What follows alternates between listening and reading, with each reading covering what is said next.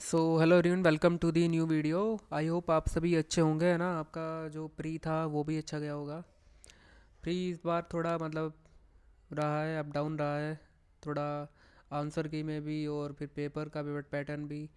But उन सी चीज़ों को भुलाते हुए अभी हमें फोकस करना है हम अपने आर ओ में हमारा।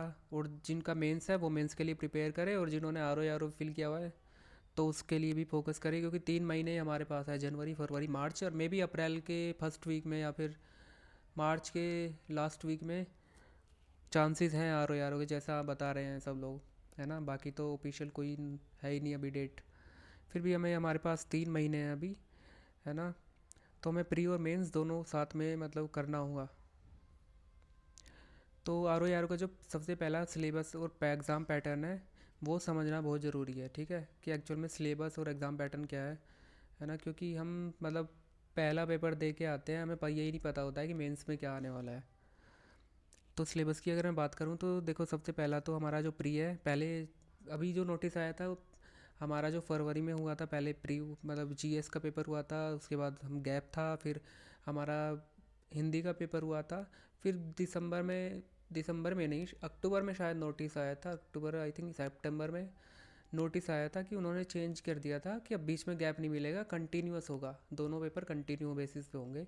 या फिर वो ऐसे भी करेंगे कि दोनों 200 नंबर का आपका पेपर होगा, और कोई बीच में गैप नहीं होगा। हिंदी के बाद जीएस, या मतलब जीएस के बाद हिंदी नहीं, ऐसे नहीं होगा। दोनों एक एक ही पेपर में होंगे 200 नंबर के में, ऐसा शायद हो सकता है ना। बाकी अगर हम सिलेबस की बात करें तो प्री का तो देखो हमें पता ही है, 140 और 60। जीएस का जो पेपर आया था वो मैंने एक वीडियो में एनालिसिस भी किया था कि एक्चुअल में पैटर्न कैसे चेंज हुआ है 2021 वाला जो जीएस का पेपर था प्री का उसमें, और 2000 जो अभी 23 का पेपर हुआ था फरवरी में जो कैंसिल हो गया था उसमें, और उसमें क्या चेंजेस था।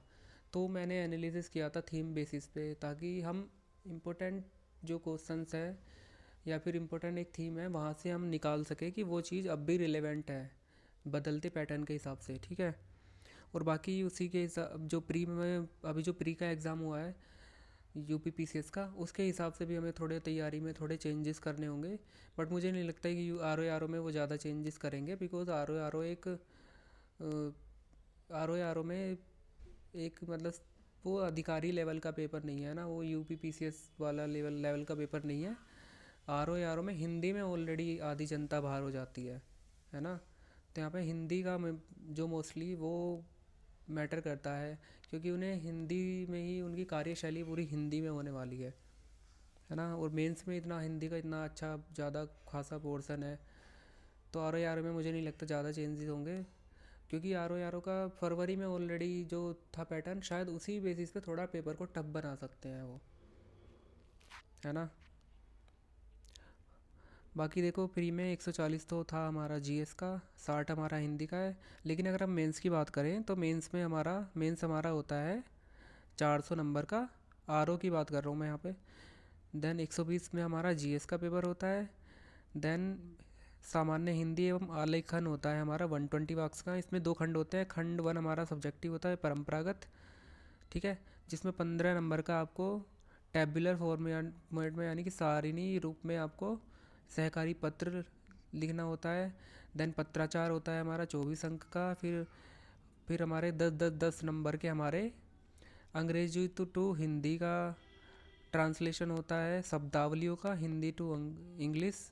एंड देन मुहावरे लोकोकित्या। देन कंप्यूटर होता है हमारा, ठीक है। और फिर खंड 2 हमारा होता है, खंड 2 में हमारे जो था हिंदी का वो पेपर होता है खंड 2, टोटली 60 नंबर का। देन हमारा फिर एक पेपर और होता है एसए का, वो 120 मार्क्स का होता है। 3 एसए लिखने होते हैं 40 40 नंबर के। और इनकी थीम्स ऐसे है, जो एसए 1 है वो साहित्य और संस्कृति, सामाजिक क्षेत्र, राजनीतिक क्षेत्र, इन तीनों थीम पे बेस्ड होते हैं। जो पहले पोर्शन से ऐसे पूछा जाएगा, देन सेकंड पोर्शन से हमारा science and tech, economy and agriculture. Then third वाला जो पोर्शन होगा वो हमारा आईआर और इन्वायरमेंट एंड द राष्ट्रीय विकास योजनाएं, ठीक है, यहाँ से रिलेटेड होगा। सिमिलर टू यूपी पीसीएस ही है। ठीक है, तो ये तो हो गया हमारा एक सिलेबस। देन हमारे पास 2021 का मेंस का पेपर है, क्योंकि 23 वाला तो प्री कैंसिल हो गया था तो उसका मेंस नहीं हुआ, तो हमारे पास 21 का पेपर है। तो 21 का पेपर हम देख सकते हैं एज ए रेफरेंस। ठीक है, तो ये तो हमारा था प्री का पेपर। अ, ये था हमारा प्री का पेपर। प्री का पेपर था हमारा, हाँ। ये पी वाई क्यू सारे डाले हुए हैं यूपी पी सी एस ने अपनी वेबसाइट पे, आप वहाँ से भी डाउनलोड कर सकते हैं। ये था हमारा आर ओ का GS1 का पेपर। 101 से 140, यानी कि 140 क्वेश्चन पूछे गए थे। पेपर का लेवल थोड़ा इस बार टफ दिया था। बाकी 21 वाला भी आप, मतलब 21 वाला भी एक बार देख लेना चाहिए। मोर और लेस पेपर था उस साइड, उस साल भी जैसा बच्चे बता रहे थे कि कट ऑफ थोड़ा, मतलब कम बता रहे थे कि GS का कट ऑफ कम था, हिंदी में बच्चों ने ज़्यादा स्कोर किया था, है ना। बट कट ऑफ रिलीज़ नहीं करता है यूपी से। सबसे बड़ी चीज़ तो यही है कि आर ओ की कट ऑफ रिलीज़ नहीं करी है उन्होंने। पर उन्होंने बस ARO की RTI किसी ने डाली होगी, उसके थ्रू कट ऑफ पता चला है ARO का।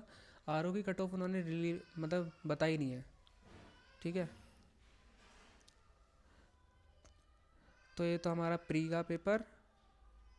देन इसके बाद ये था हमारा सामान्य हिंदी का पेपर।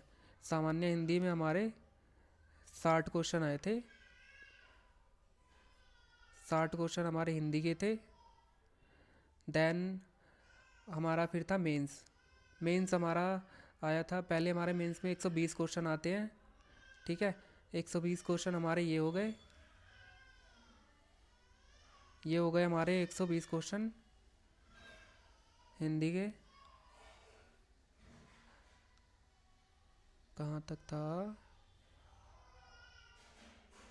ये था हमारा 120 क्वेश्चन हो गए। ठीक है, यहाँ पे GS पे, यानी कि जो मेंस का GS पेपर 1 है उसमें 120 क्वेश्चन आते हैं और 2 ही घंटे मिलते हैं हमें। और लेवल अच्छा हो खासा होता है क्वेश्चन का, ऐसा नहीं है, मतलब यूपी पीसीएस के मोर और लेस यूपी पीसीएस के सिमिलर ही होता है, प्ली के जैसा। फिर हमारा दूसरा पेपर होगा, वो हमारा सामान्य हिंदी है आलेखन। उस 2.5 घंटे का होता है, थोड़ा डिस्क्रिप्टिव होता है। 100 नंबर होता है इसमें। पहला हमारा वही पैसेज वाला हो गया। देन हमारा टेबुलर फॉर्म में अगर हमारा हो गया लेटर, लेटर राइटिंग। देन हमारा अर्धशासकीय पत्र और ये कार्यालय आदेश विज्ञप्ति, ये हमारा हो गया। फिर ये हमारा ट्रांसलेशन वाला पोर्शन हो गया 30 नंबर में, है ना। देन कंप्यूटर वाला पोर्शन हो गया हमारा 10 नंबर में। ये था हमारा हिंदी का।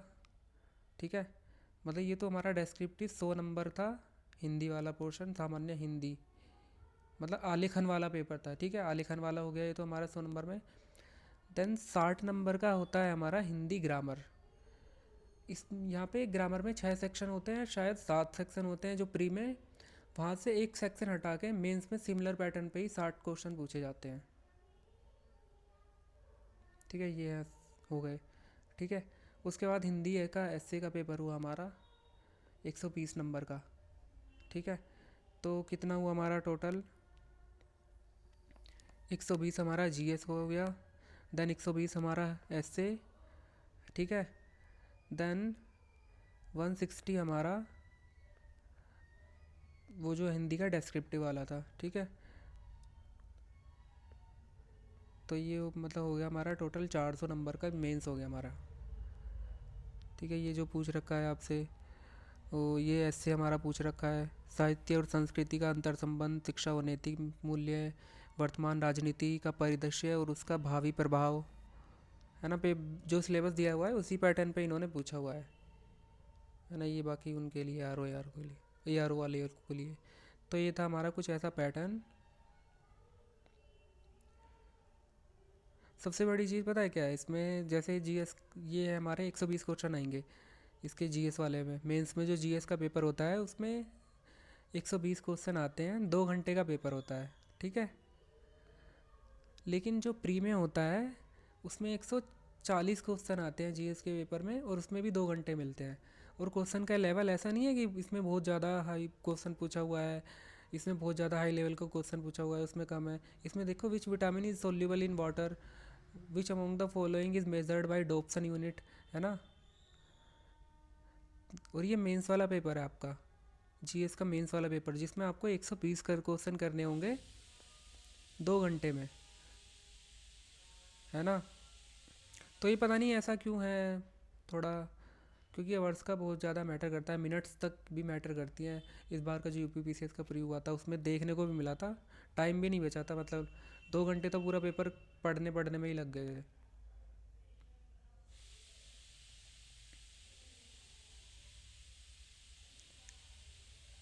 और ये जो हमारा प्री है जिसमें 140 क्वेश्चन आते हैं जीएस के, उसमें भी पेपर का पैटर्न सेम ही है, क्वेश्चन भी का लेवल भी सेम ही है ना। तो ये तो कुछ था हमारा पेपर का पैटर्न। अगर हम कट ऑफ की बात करें तो कट ऑफ तो रिलीज़ नहीं हुई थी, लेकिन अगर मैं टॉपर्स की मार्कशीट है, ये मैंने टॉपर की मार्कशीट थी, ये है अवध भान सिंह भदौरिया, इनका रैंक आया था, रैंक 1 आया था इनका आर ओ में, ठीक है, 2021 वाले में। फिर ये 2022 में डीएसपी बन गए थे, ठीक है। जहाँ तक मुझे पता है इन्हीं का रैंक आया था, इनका इंटरव्यू भी यूट्यूब पे है, तो आप वहाँ से भी देख सकते हैं, इन्होंने बहुत अच्छा गाइड किया हुआ है। तो इनके मार्क्स की अगर हम बात करें मेंस की, इन्होंने अपने प्री में मार्क्स बताए थे, आई थिंक 125 बताए थे इंटरव्यू में, है ना। तो 120 हमें टारगेट करना है प्री के लिए, अगर हमें प्री का कट ऑफ क्वालिफाई करना है। और अगर हमें मेंस के लिए मतलब एक प्रॉपर कट ऑफ चाहिए हर सेक्शन के लिए, हर पेपर के लिए, तो जैसे जीएस का हमारा 120 में से इनके आए हैं, यार ये दिख भी तो नहीं रहा, 120 में से इनके 85 मार्क्स आए हैं, ठीक है, 85। देन इनके जनरल हिंदी और ड्राफ्टिंग में आए हैं 100 नंबर जो है, जो कन्वेंशनल है, 69 मार्क्स आए हैं। देन इनके हिंदी ग्रामर में 49 मार्क्स आए हैं। और देन ऐसे में 120 में से 69 मार्क्स आए हैं। टोटल इनका बना है 272 मार्क्स, ठीक है। एक बार मैं इसे कैलकुलेट करके देख लेता हूँ, है ना, क्योंकि ये 85 GS1 का ये देख नहीं रहा है सही से। तो ये कंफर्म करने के लिए 85 plus 69 plus 49 and then plus 69, हाँ तो ये 85 है, ठीक है।